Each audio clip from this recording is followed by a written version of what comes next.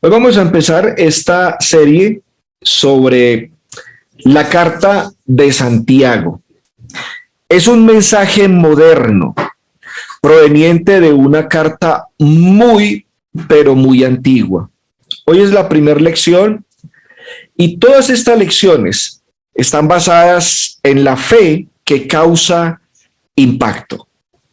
Pero vamos a mirar un poco acerca de una comparación de algunas cartas en el Nuevo Testamento. Por ejemplo, la carta de Lucas, libro de los Hechos. Su tema general es un cristianismo en acción, o vemos al cristianismo en acción. Por ejemplo, la carta a los Filipenses es cristianismo gozoso. La carta de Apocalipsis es cristianismo victorioso, pero la carta de Santiago es cristianismo práctico. Se ha dicho de la carta de Santiago que es el libro de Proverbios del Nuevo Testamento. Santiago va al grano. Es una carta corta, pero es una carta puntual, es una carta muy sencilla. Santiago va a la médula de cada uno de los temas que él expone. Así que Santiago es un cristianismo que nos invita a la práctica.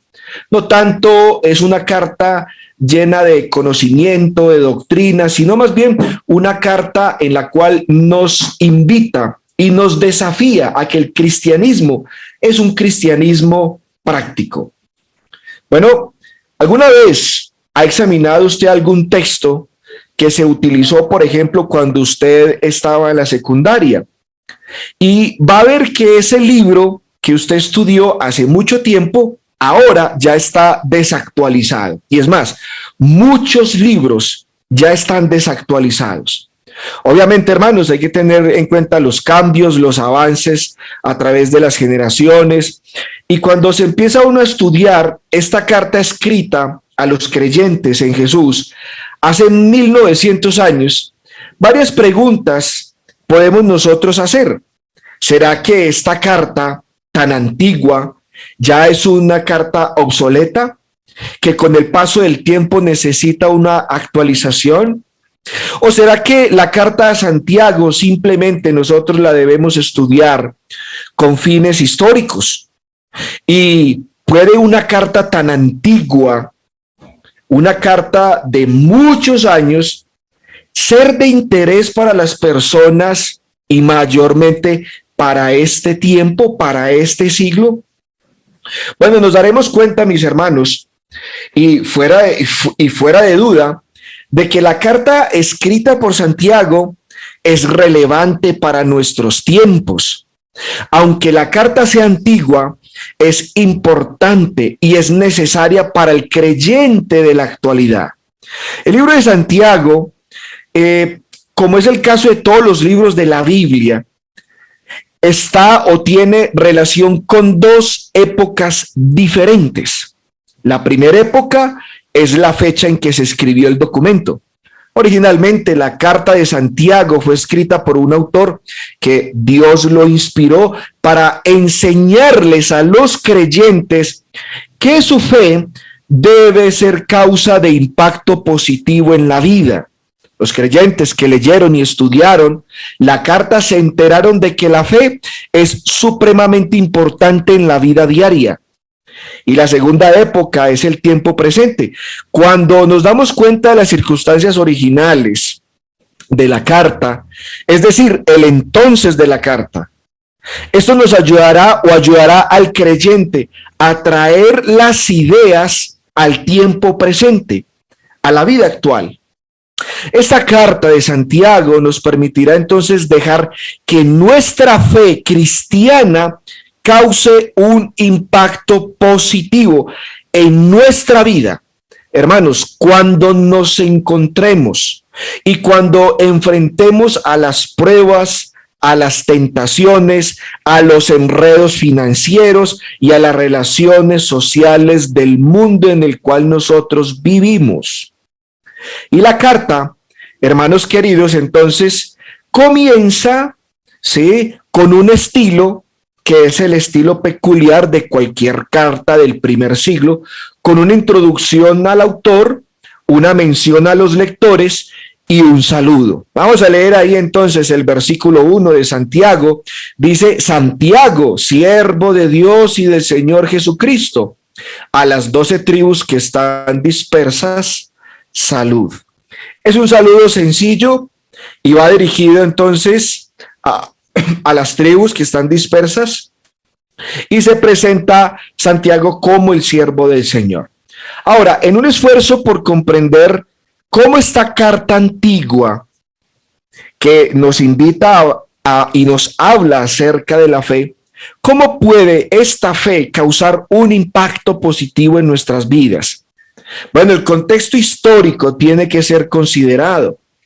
Debemos considerar los inicios históricos, debemos considerar el propósito doctrinal y también debemos notar el estilo personal con que se escribió la carta de Santiago. Bueno, vamos entonces a mirar que la carta de Santiago, dentro del contexto histórico, pues obviamente la escribió Santiago. Pero vamos a mirar entonces, hermanos queridos, el contexto histórico de la carta. Bueno, los libros de la Biblia, hermanos, no cayeron del cielo. No cayeron del cielo, ni tampoco fueron impresos en planchas de oro, ¿cierto? Sino que cada libro, como es la carta de Santiago, tiene su propio inicio, tiene su origen único. Y Dios, obrando mediante la intervención del Espíritu Santo, inspiró a los autores a hablarle a las personas que experimentaban diversas situaciones de la vida.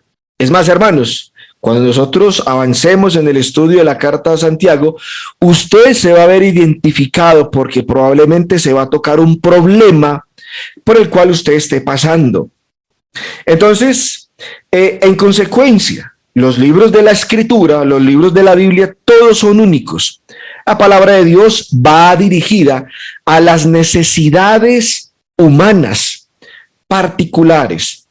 Y a fin de comprender el mensaje de Dios para nosotros ahora, tenemos entonces que mirar el contexto histórico en el que fue escrito el libro. Vamos a mirar acerca del autor, los lectores originales, y podría esto ayudar a determinar el propósito que tenía la carta de Santiago cuando este hombre inspirado la escribió. Bueno, vamos a mirar acerca del autor. A veces, hermanos queridos, es difícil determinar quién escribió un libro bíblico. Es una tarea complicada. Los autores de algunos libros de la Biblia, como por ejemplo las epístolas de Pablo, son fáciles de reconocer porque se nos dice quién es el autor. Obviamente el apóstol Pablo, ¿no? Como por ejemplo las cartas del apóstol Pedro. Juan, que escribió el Evangelio, sus 3 cartas y también el libro del Apocalipsis. Ahora, entonces, es difícil averiguar, hermanos, porque el autor y los libros complican la situación porque estamos lejos en el tiempo de su escritura y hay muchas conjeturas que se han hecho sobre el tema o el autor de la carta de Santiago. ¿Listos? Bueno, entonces, la epístola de Santiago menciona el autor. ¿Quién es? Dice ahí Santiago. Sin embargo, pues no se especifica verdaderamente la identidad. Se nos dice ahí en el versículo 1, Santiago, siervo de Dios y del Señor Jesucristo. Pero el problema con la carta de Santiago es que el nombre Santiago era común en el primer siglo, como lo es hoy. De hecho, hermanos queridos, hay 4 Santiagos mencionados en el Nuevo Testamento. Está, por ejemplo, entonces el hijo de Zebedeo y el hermano que era hermano de Juan, sí, obviamente, y hermano de Juan, Jacobo. Y dice Jacobo, hijo de Alfeo, Jacobo, el hermano de Judas, el discípulo, y Jacobo, el hermano que era medio del Señor. Entonces, al menos podemos nosotros decir que 2 de ellos se pueden eliminar porque no eran bien conocidos, que era Jacobo el hijo de Alfeo y Jacobo el hermano de Judas. Entonces podemos estos 2 descartarlos. El otro Jacobo, Santiago, es que fue el tercer Santiago, digámoslo de esta manera, el apóstol que era hijo de Zebedeo, pero murió como mártir antes del año 44 después de Cristo. Usted lo puede leer allí en Hechos capítulo 12, versículo 2. Esto entonces nos deja al hermano del Señor, a Santiago, el hermano medio de nuestro Señor Jesucristo, en Mateo capítulo 13, versículo 55 hasta el versículo 56. Entonces, aunque se ha utilizado, hermanos, mucho papel y tinta para discutir, para debatir acerca del autor de la epístola, basta decir que Jacobo, el hermano medio del Señor, es el que tiene que ser considerado como el autor original de esta maravillosa carta, Les vuelvo y les repito, hay 4 Santiagos en el Nuevo Testamento, 2 son descartados porque no son bien conocidos, que son Jacobo el hijo de Alfeo y Jacobo el hermano de Jesús, Lucas 6:16. El tercer Jacobo murió en Hechos 12 a manos de Herodes. Esto nos deja entonces a Santiago, el hermano del Señor, que podemos decir, sin temor a equivocarnos, que probablemente escribió esta maravillosa carta. Bueno, ¿qué más podemos decir acerca del autor? Bueno, podemos decir entonces que Santiago al principio él no creía en Jesús. Vamos a leer ahí en el Evangelio de Juan, capítulo 7, versículo del 3 al 5 dice, y le dijeron sus hermanos, sal de aquí y vete a Judea, para que también tus discípulos vean las obras que haces, porque ninguno que procura darse a conocer hace algo en secreto.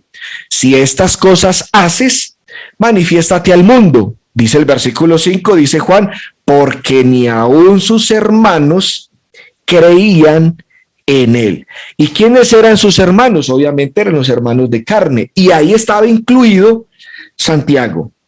Pero una aparición del Señor resucitado a Santiago le cambió la vida.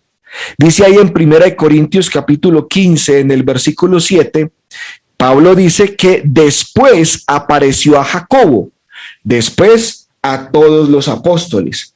Entonces, Santiago, cuando ya se ven las cartas en el libro de los Hechos, vemos que Santiago es un fiel discípulo de Cristo, ha creído en Cristo, y muy probable cuando Jesús se le apareció resucitado, esto le cambió la vida.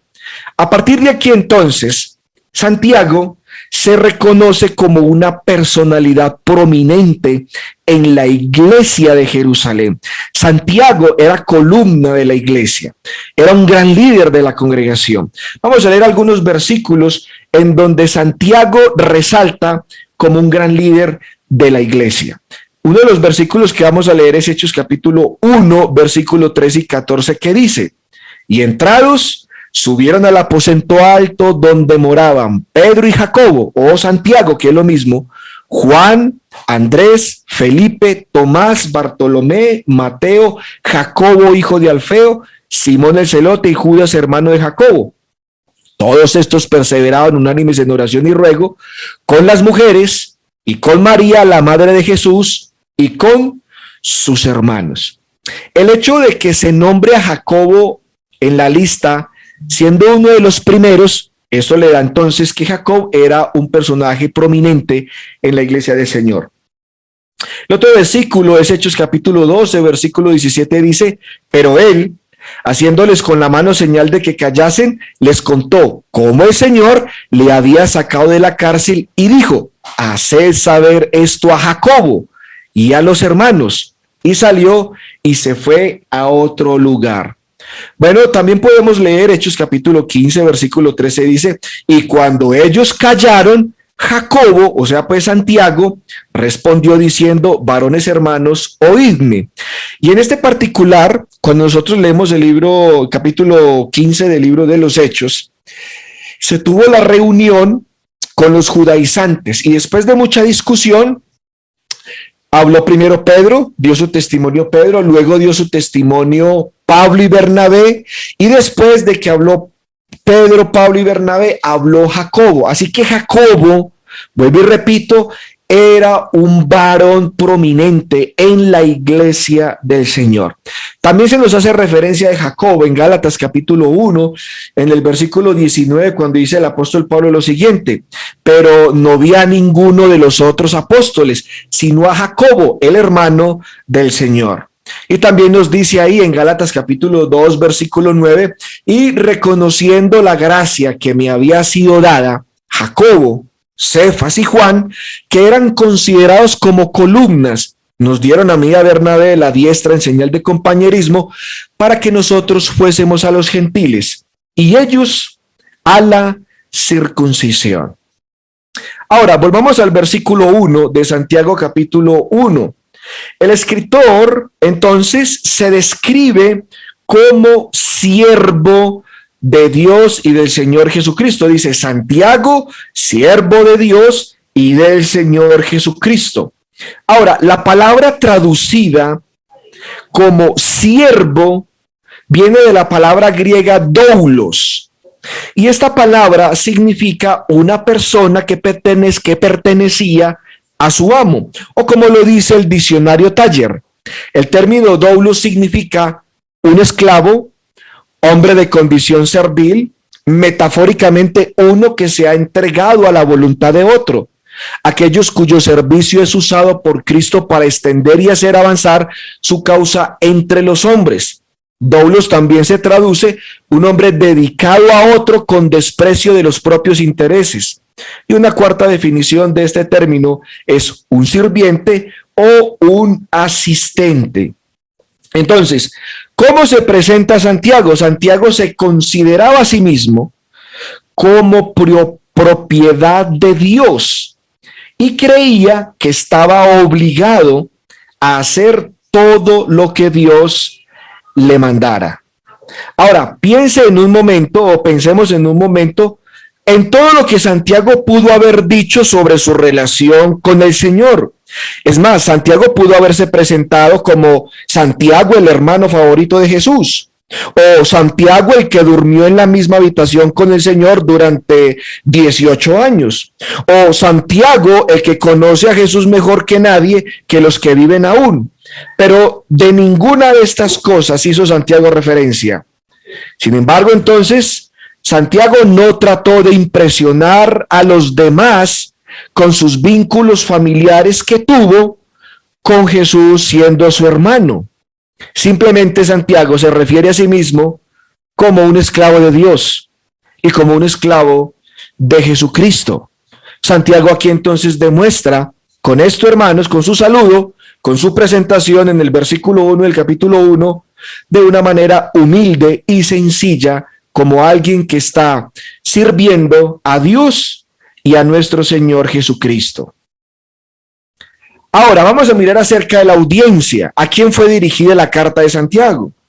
Bueno, los destinatarios originales son descritos como las 12 tribus que están en la dispersión. Bueno, no nos vamos nosotros a quebrar la cabeza en descifrar a esos recipientes, aquellos a quienes fue dirigida la carta. No importa a quienes hacía referencia Santiago en esta designación por el contenido del libro. Lo que podemos nosotros saber es que eran cristianos. Por ejemplo, en el capítulo 2, versículo 1 dice: hermanos míos, que vuestra fe en nuestro glorioso Señor Jesucristo sea sin acepción de personas. Y en el capítulo 5, versículo 7, Santiago describe a sus recipientes como hermanos, dice ahí: por tanto, hermanos, tened paciencia hasta la venida del Señor. Entonces, ¿qué sabemos de estos a quienes fue dirigida la carta? Pues me repito, no importa a quienes hacía referencia en esta designación cuando dice las 12 tribus que están en la dispersión. Lo que nosotros sabemos es que estos eran cristianos, todos eran cristianos. Ahora, también es probable que el uso que Santiago le da a la frase las 12 tribus sea también una referencia a todo el pueblo de Dios. Esto es, por ejemplo, como Pablo lo dice, la Israel espiritual. Gálatas capítulo 6, versículo 16. y a todos los que anden conforme a esta regla, paz y misericordia sea a ellos y al Israel de Dios. Y ahora hago una aclaración. Cuando Santiago habla de las 12 tribus que están en la dispersión, y Pablo en Gálatas capítulo 6 versículo 16 que habla del Israel de Dios, no se está refiriendo al pueblo judío, se está refiriendo es a la iglesia, a los cristianos. Ahora, estos primeros cristianos estaban en la dispersión. Bueno, la palabra dispersos que usa aquí Santiago probablemente era debido a la persecución de la iglesia primitiva. Recordemos que en Hechos capítulo 8 se levantó por parte de los judíos la persecución a los cristianos y fueron todos dispersos en el mundo de aquel entonces. Y cuando usted lee, por ejemplo, Apocalipsis capítulo 1, versículo 9, del apóstol Juan siendo exiliado en la isla de Patmos, ese exilio o esa persecución ya fue por causa del Imperio Romano. Recordemos que el cristianismo, cuando comenzó, el Imperio Romano lo consideraba como una vertiente del judaísmo. Pero cuando se enteraron que era una nueva religión y que estaba siendo esparcida por todo el imperio, la consideraron ilegal, porque el cristianismo no estaba registrado como una religión permitida por el imperio, y por tal razón, entonces el cristianismo, en segunda instancia, llegó a ser perseguido por el Imperio Romano. Ahora, hermanos, entonces, por esta razón la carta de Santiago se le ha llamado una carta o una epístola general. ¿Qué sugiere esto? Que no fue dirigida a una congregación en particular, como por ejemplo las cartas del apóstol Pablo a las iglesias en Corinto, a la iglesia en Galacia, a los filipenses, a los efesios, etcétera, etcétera. Entonces la carta de Santiago es una carta general. ¿Por qué? Porque no se dirigió o no se escribió a una congregación en particular, mucho menos a un individuo. Entonces Santiago tenía la intención de enviar esta carta a todos los creyentes, a todos los fieles en el mundo, y enseñarles cómo la fe debe impactar la vida de cada uno de nosotros. Es una carta, entonces, es una epístola general, va dirigida a todos los cristianos, a todo aquel que tenga una fe en nuestro Señor Jesucristo. Bueno, vamos a mirar entonces el tema doctrinal de la carta de Santiago. Bueno, Santiago no se sentó un día y le dio por escribir una carta a los cristianos en general. No, la razón de esta carta es muy interesante y ojalá usted lo pueda apuntar, hermano. Mire, la carta de Santiago, ¿sí? La razón se encuentra en algunas situaciones cruciales de la vida de los cristianos del primer siglo. En consecuencia, podemos decir que la epístola tiene una razón doctrinal para su existencia, y es que Dios tiene un mensaje que darle a su pueblo por medio de este gran varón que es Santiago. Ahora, Santiago estaba describiendo los tiempos difíciles que están en constante cambio, que están en constante evolución. Cuando vamos a mirar ahorita a lo último, la fecha de la escritura de la carta de Santiago, usted va a entender que está suficientemente lejos de los primeros días de la iglesia. Ya han pasado mucho tiempo, ya el cristianismo se ha esparcido, pero con el tiempo han surgido actitudes, prácticas y muchos problemas angustiantes que están agolpando el corazón de los cristianos. ¿Cuáles son esos problemas que aborda Santiago en su carta? Y que es la razón por la cual Santiago escribió la carta. Y es, hermanos, las pruebas difíciles. Eso lo vamos a estudiar nosotros en lo que es el capítulo 1 y el capítulo 2. También en el capítulo 1, la tentación a pecar. También los problemas o los diferentes problemas con los ricos, que oprimen a los pobres. También el problema de incumplir de parte del cristiano vivir lo que profesa. Así que la fe es algo que se debe practicar y se debe demostrar, no tanto profesar. También Santiago aborda el problema de la lengua, que esta puede llegar a causar muchos problemas en la sociedad y en la iglesia. Y también los cristianos que estaban enfermos física y espiritualmente. Y también Santiago va a tratar el problema con el dinero, que por allá lo vamos a leer en la última parte, que es como en el capítulo 5, creo que es. Entonces, cuando repasamos esta lista de problemas, esta entonces parece contener los mismos problemas que las iglesias locales enfrentan hoy en día, o los mismos problemas que los cristianos tenemos hoy en día. Pregunto, ¿sufren las personas de nuestra congregación? Claro. ¿Tienen pruebas difíciles? Claro que sí. ¿Tenemos los cristianos problemas con la tentación a pecar? Claro que lo tenemos. ¿Tenemos diferentes problemas con las personas ricas o problemas con el dinero? Claro que tenemos problemas con eso. ¿Tenemos la tentación de simplemente profesar el cristianismo y no tanto practicarlo? Claro, de eso está lleno la iglesia de Cristo, ¿no? ¿Tenemos problemas con la lengua? Cosas que han causado divisiones y muchos conflictos dentro de la congregación. Claro que tenemos ese tipo de problemas. Los cristianos hoy en día se enferman, obviamente, y nos enfermamos espiritualmente. Por supuesto que nos enfermamos espiritualmente. Entonces, esta carta de Santiago no fue escrita en el vacío. Por el contrario, hermanos, esta carta contiene exhortaciones que nos invitan a dejar que nuestra fe cristiana actúe en todos los ámbitos de nuestra existencia. Santiago, hermanos, no le basta dejar que el pueblo de Dios simplemente seamos poseedores de una fe inicial. Santiago nos desea, ¿sí? Nos invita, nos mueve a cada uno de nosotros, no solamente a los cristianos del primer siglo, sino también a nosotros, a que desarrollemos una obediencia, ¿cierto? Que mostrará confianza, un compromiso personal, una dedicación también para con el prójimo.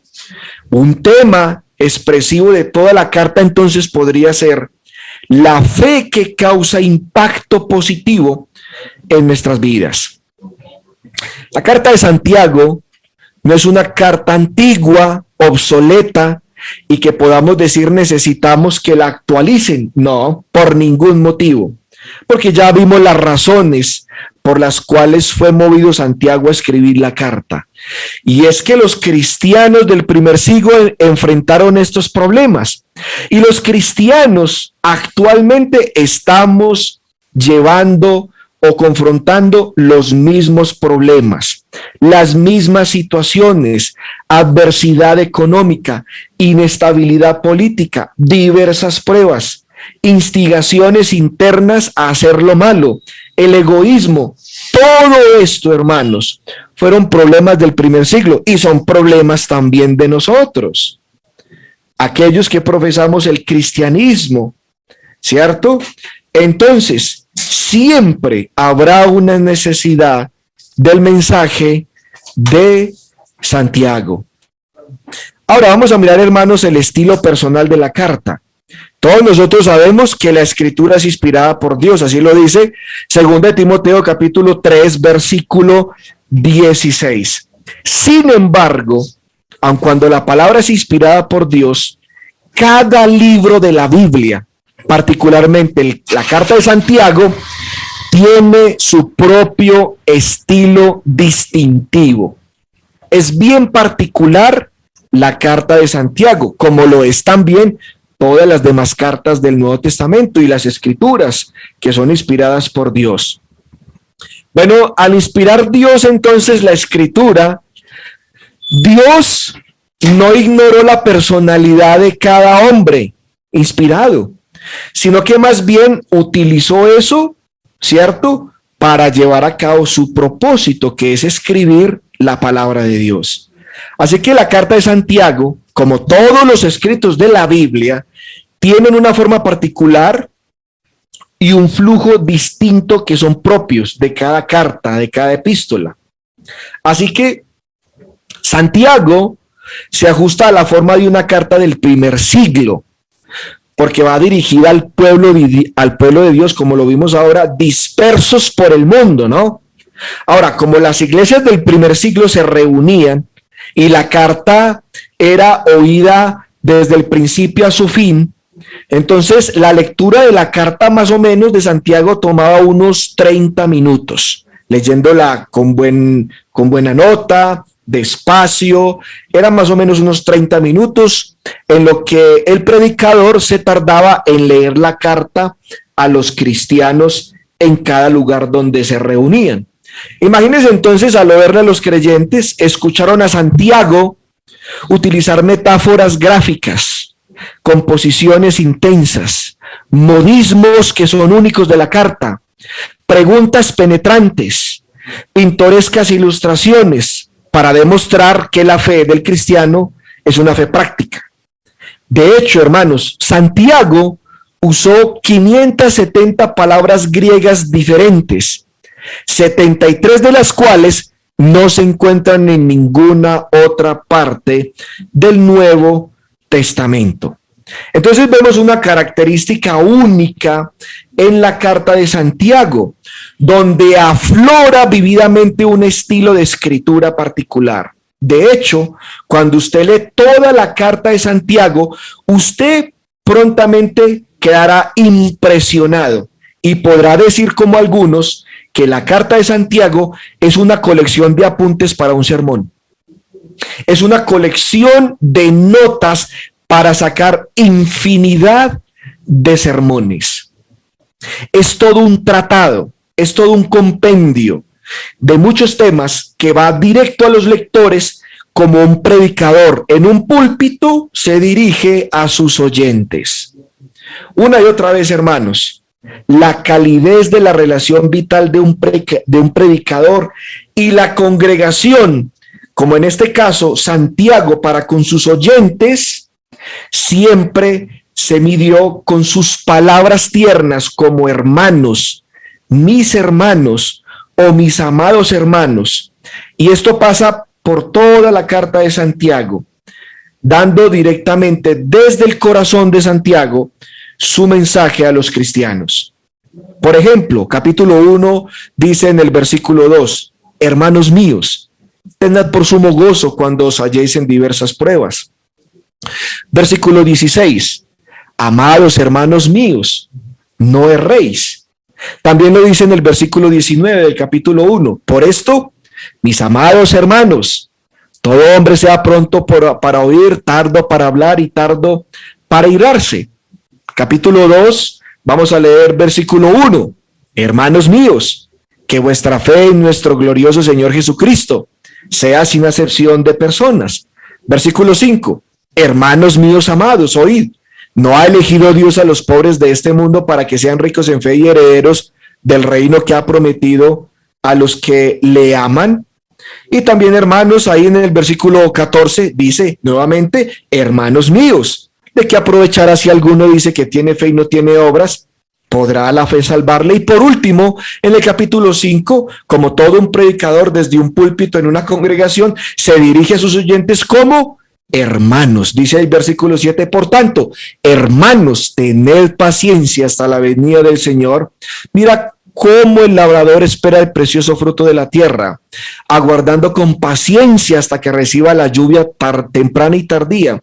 Y también, hermanos, por último, versículo 9, hermanos, no os quejéis unos contra otros, para que no seáis condenados. He aquí, el juez está delante de la puerta. Así que pasan por la pluma de escribir, viniendo directamente desde el corazón, estos términos con los que Santiago se dirigió a sus oyentes.